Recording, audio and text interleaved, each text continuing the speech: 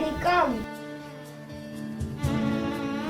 நான் தமிழ் பேசுவேன். தமிழ் வாழ்க.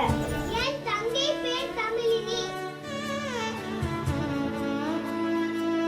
தமிழ் என் தாய்மொழி. நான் தமிழை வளர்ப்பேன். கவலை வேண்டாம், தமிழ் சாகாது. நான் எந்த நாட்டில் இருந்தாலும் தமிழை வளர்ப்பேன். எனக்கு தமிழ் பேச பிடிக்கும். நான் தமிழ் பேசுவேன். நான் தமிழ் பேசுவேன். செம்மொழியாம் தமிழ் எனது தாய்மொழி. தமிழ் ரொம்ப வருஷமா இருக்கு. இன்னும் தமிழ் ரொம்ப வருஷமா இருக்கும்.